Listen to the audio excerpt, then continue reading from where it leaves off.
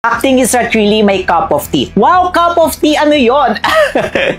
Pumunta ako ng Sparkle Workshop without expectations. Pero alam nyo, umuwi ako ng nakangiti, masaya, at fulfilled.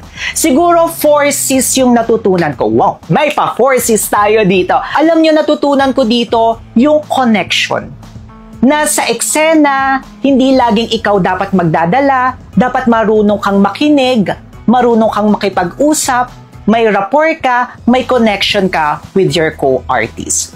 Pangalawa, na-build ko siguro lalo yung aking confidence. And I think maa-apply nyo siya sa lahat ng aspeto ng buhay.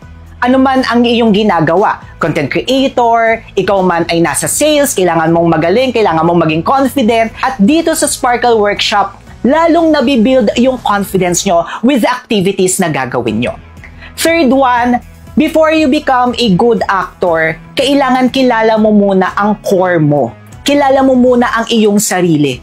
And last one, collab. Yes, we collab. Nakabuild ako ng family with my co-actors, with my co-workshoppers, na hindi ko ina-expect. Iba't iba kami ng generations, iba't iba kami ng age, may bata, may matanda, ako nasa middle.